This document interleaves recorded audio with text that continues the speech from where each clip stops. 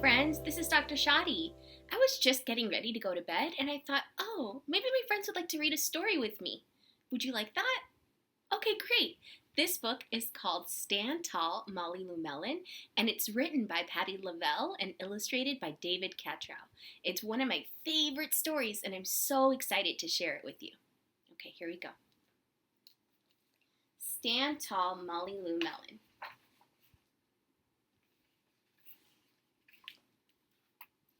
Molly Lou Melon stood just taller than her dog and was the shortest girl in the first grade.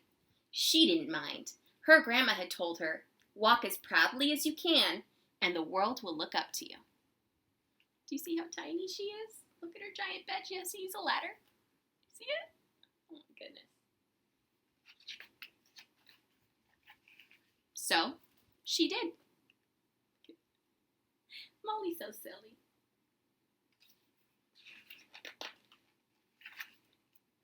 Molly Lou Melon had buck teeth that stuck out so far she could stack pennies on them.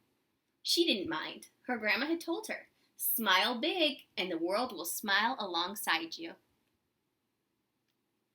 Okay, she's practicing her smile in the mirror.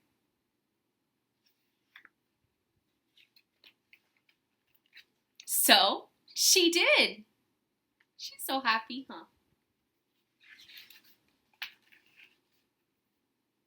Molly Lou Melon had a voice that sounded like a bullfrog being squeezed by a boa constrictor. She didn't mind. Her grandma had told her, "Sing out clear and strong and the world will cry tears of joy." Look at the frog. He's like, "Oh, I don't know." She doesn't care. So she did. She's just singing and singing to all the animals. Molly Lou Melon was often fumble-fingered. She didn't mind. Her grandma had told her, "Believe in yourself and the world will believe in you too."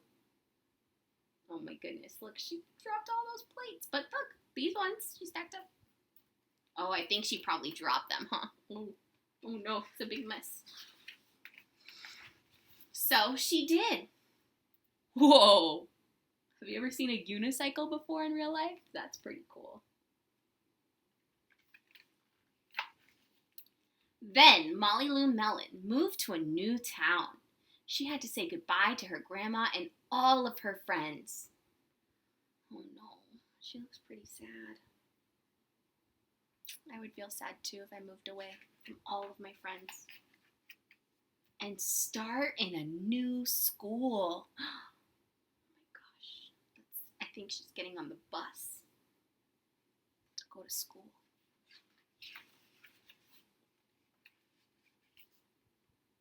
On the first day of school, Ronald Durkin called her Shrimpo in gym class. When the game started, Molly Lou Melon caught the football and ran under the legs of Ronald Durkin and scored a touchdown. All the children thought, "Wow, she's good." And Ronald Durkin felt very foolish. Do you see him? He fell.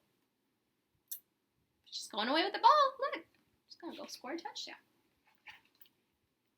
On the second day of school, Ronald Durkin called her Bucky Tooth Beaver.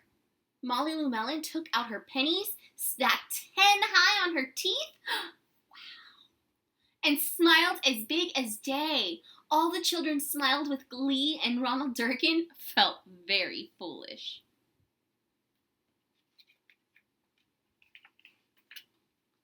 On the third day of school, Ronald Durkin said, "You sound like a sick duck. Honk, honk." Molly Lou Melon sang out a quack so clear and strong that it made Ronald Durkin somersault backwards, hit his head, and have to go to the nurse. All the children cried with joy to be free of Ronald Durkin for the rest of the afternoon, and Ronald Durkin felt very foolish. Oh no. Ronald's not being very kind to Molly. I wonder how he can turn it around. On the fourth day of school, Ronald Durkin said that she'd made the snowflake all wrong. But Molly Lou Melon opened up her paper and revealed the most beautiful snowflake of all. Wow, have you ever seen a snowflake this giant before? All the children oohed and awed, even Ronald. Oh, looks like he's trying harder. Let's see. On the 5th day of school, Ronald Durkin brought Molly Lou Melon a stacking penny for her tooth and smiled at her. He's showing her kindness now.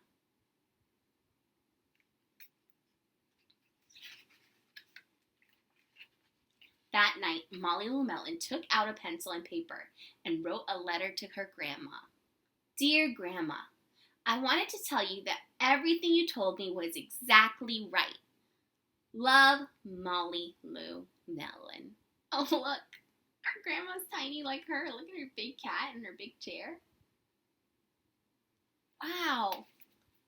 What did you guys learn from this story? I know I learned a lot.